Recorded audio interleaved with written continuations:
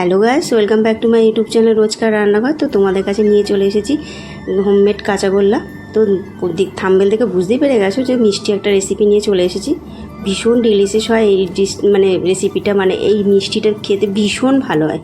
তো তোমরা একবার অবশ্যই বাড়িতে ট্রাই করে দেখো। আর আমি ঠিক বলছি কি ভুল বলছি তোমরা না ট্রাই করলে কী করে বুঝবে? তোমরা কমেন্ট করেও বলছো না কিছু যে কীরকম লাগছে না লাগছে। তো যাই হোক, আমি গ্যাসটা জ্বালিয়ে কড়াটা বসিয়ে দিয়েছিলাম। তারপর আমি 1 লিটার দুধ, ওতে মাদার ডেয়ারি দুধ আমি ঢেলে দিয়েছি, কেটে ঢেলে দিয়েছি।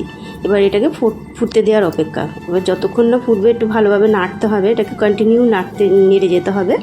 এবার দেখো, সর বসালে হবে না, ঠিক আছে? সর যেন না বসে, নিচে বা না লেগে যায়, তার জন্য কনস্ট্যান্ট একদম মানে নেড়ে যেতে হবে এটাকে, দুধটাকে ভালোভাবে দুধটাকে ফুটতে দিতে হবে। দেখো খুব সুন্দরভাবে বল চলে এসছে। তো এইভাবে এই যে আমি যেভাবে নাড়ছি ঠিক সেইভাবেই নাড়বে, তোমরা একদম নাড়াটা বন্ধ করবে না, ঠিক আছে?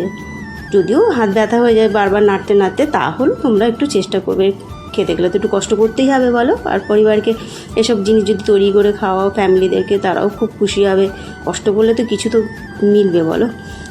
লোকে মানে যাদেরকে করে খাওয়াবে তাদের মুখের হাসিটাও বেশ, তোমাকে যখন প্রশংসা করবে তোমারও খুব ভালো লাগবে, তাদেরও ভালো লাগবে। তো যাই হোক, আমি ওর মধ্যে কথা বলতে বলতে আমি ওর মধ্যে 3 চামচ মানে 3 হাতা আমি দুধ তুলে রেখে দিয়েছি, ওটা আমার পরে লাগবে। তো তারপর আমি গোটা একটা লেবু ছানা কাটার জন্য আমি দিয়ে দিয়েছি, ঠিক আছে? আর যখন ছানাটা কাটাবে তোমাদেরকে আমি বারবার বলে দিয়েছি গ্যাসটাকে বন্ধ করে নেবে, তারপরে তোমরা ছানাটাকে কাটাবে।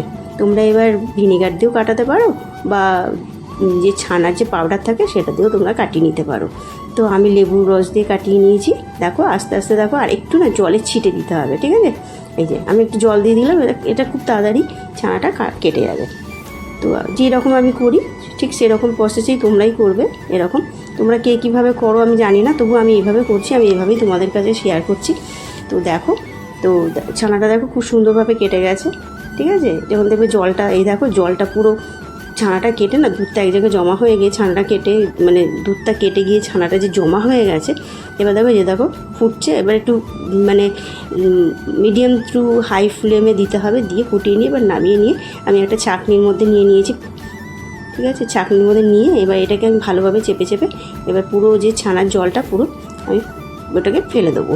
এবার দেখো ছানাটা যেহেতু গরম, একটু ঠান্ডা হতে দিতে হবে। হ্যাঁ, আরেকটা কথা বলে দিই, ছানাটা যখন তোমরা জলটা কাটাবে তোমরা কিন্তু অবশ্যই ঠান্ডা জল দিয়ে একটু ছানাটাকে ধুয়ে নেবে। কেন লেবুর রস বা ভিনিগার বা পাউডার দিয়ে কেউ করে, তো পাউডার দিলে পরে ছানাটাকে ধুতে হয় না।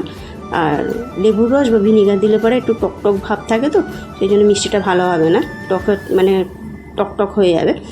তো যার জন্য এটা একটু ধুয়ে নেবে ছানাটাকে, একটু আলতো জল দিয়ে ঠান্ডা জল দিয়ে ধুয়ে নিয়ে তারপর এইভাবে দেখো ম্যাশ করে নেবে একটা প্লেটের মধ্যে, একটু ঠান্ডা হতে দেবে। ঠান্ডা হয়ে গেলে তারপর ছানাটাকে ভালোভাবে হাতে করে ম্যাশ করে নেবে। তোমরা যদি পারো ব্লেন্ডারে একটু ব্লেন্ড করে নিতে পারো, আরও ভালো হয়। তো আমি ওর মধ্যে চিনিটাও দিয়ে দিয়েছি, দিয়ে এবার হাতে এইভাবে ভালোভাবে মেখে নিতে হবে। তার মধ্যে আমি দিয়ে দিয়েছি, এতে নিয়েছিলাম আমি 2 চামচ গুঁড়ো দুধ। তো সবটা দিলাম না, দেখতেই পাচ্ছ, একটু রেখে দিয়েছি, আর বাদবাকিটা দিয়ে দিয়েছি। খুব সুন্দরভাবে এটাকে ভালোভাবে হাতে করে যতটা পারবে মলসে নেবে, ভালোভাবে মেখে নেবে, ঠিক আছে? যেমন মানে মিষ্টির দোকানে যেরকম এরা করে, ময়রারা করে, ঠিক সেইভাবে করবে। তার মধ্যে আমি 2টো এলাচ থেতো করে এবার এলাচের দানাটাও দিয়ে দিয়েছি, এটা স্মেলটা আনার জন্য। আর তোমার যদি পারো ওর মধ্যে একটু গোলাপ জল দিয়ে দিতে পারো, আমি গোলাপ জল দিইনি। মিষ্টিটা তাহলে ভালো লাগবে খেতে। সবথেকে ভালো কথা, মিষ্টিটা যখন খাবে না একটা খুশবুদার লাগবে। আর কাঁচাগোল্লাটা খুব ভালো হয়, এটা ঘরে যেহেতু হোমমেড তৈরি হচ্ছে। মিষ্টির দোকানে কী করে আমি ঠিক জানি না, বলতে পারবো না। তো যাই হোক, এইভাবে তৈরি করবে। দেখো আমি বাদবাকি যে একটু গুঁড়ো দুধ ছিল সেই দুধটা আবার আমি এই যে 3 চামচ দুধ রেখেছিলাম ওটা ননস্টিক প্যানে ঢেলে দিয়ে ওটাকে গরম করে তারপর একটু এই গুঁড়ো দুধটা দিয়ে দিয়েছি। গুঁড়ো দুধটা দেওয়ার পর এটা দেখো ভালোভাবে ফুটতে দিইনি কিন্তু দুধটা, ঠিক আছে? এবার যেটা আমি ম্যাশ করেছিলাম, যে হাতে করে যে ম্যাশ করলাম যে ছানাটা চিনিটা, সেটা এবার এই ননস্টিকে দিয়ে দিচ্ছি দুধের মধ্যেই। দিয়ে এবার এটাকে না ভালোভাবে একটু নাড়াচাড়া করে নিতে হবে, একটু শুকনো করে নিতে হবে। জল মানে পাতলা রাখবে না, যতটা শুকিয়ে আসবে, কেন ওটা যেহেতু মানে কাঁচাগোল্লা সেহেতু একটু শুকনোই হবে, রসালো হবে না। তো এইটাকে পাতলাটাকে সেটাকে পুরো টাইট করে নিতে হবে, ভালোভাবে টাইট করে নিতে হবে। দেখো নেড়ে নেড়ে নেড়ে নেড়ে একটু শুকিয়ে আসবে। দেখো সাইডগুলো এইভাবে কাচিয়ে নেবে, ঠিক আছে।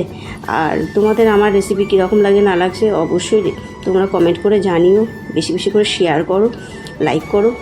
আর কি বলবো, পাশে থেকো, এইভাবে প্রথম থেকে যেমন পাশে আছো সবসময় পাশে থেকো, তাহলে আমি আরও নতুন নতুন ভিডিও তোমাদের সামনে তুলে ধরতে পারবো। তোমরা কীরকম ভিডিও মানে রেসিপি দেখতে চাও সেটাও কমেন্ট করে জানিও। তোমাদের কেমন লাগছে আমার রেসিপিগুলো, বানিয়ে বাড়িতে তৈরি করেছো কি না সেটাও আমাকে কমেন্ট করে জানিও। তো যাই হোক, জানালে খুব ভালো হবে, মানে আমার খুব ভালো লাগবে। তো দেখো এইভাবে নেড়ে চেড়ে এবার শুকনো করে, একটু বেশি শুকনো করতে হবে না, একটু জাস্ট একটু রসালো রসালো থাকবে, তারপরে এটাকে নামিয়ে নেবো। দেখো কি সুন্দর একটা দানা দানা ভাব চলেছে না, কাঁচাগুলো একটা দানা দানা ভাব থাকে। দেখো মিষ্টির দোকানের মতো ঠিক লাগছে না, খুব সুন্দর লাগছে। আমি নিজে দেখে নিজেরই আমি প্রায় দিনই তৈরি করি, যেহেতু আমার ছেলে খেতে ভালোবাসে, মিষ্টি প্রচণ্ড ভালোবাসে, ওর জন্য এগুলো তৈরি করতেই হয়, ঠিক আছে। তো যাই হোক, আমি এইভাবে দেখো ওটা একটু যেই রসালো রসালো ছিল একটু এটা নামিয়ে নিলে পরে আরেকটু টেনে যাবে। এরপরে আমি একটা প্লেটে একটু ঠান্ডা করতে দেবো। ঠান্ডা করে দেওয়ার পর যখন হাত দেবে, যখন গোল রসগোল্লার মতো যখন গোল গোল করবে, তখন না হাতে একটু ঘি লাগিয়ে নেবে আর একটু ঠান্ডা হতে দেবে যাতে হাতে নিতে পারো, ঠিক আছে। এইভাবে প্রত্যেকটা এইভাবে আমি যেভাবে গোল করছি, যে যেমনভাবে গোল করো, ছোটো বড়, আমি একটু বড় বড়ই করেছি, কাঁচাগোল্লা যেহেতু একটু বড় বড় হয়, বড় বড়ই করেছি।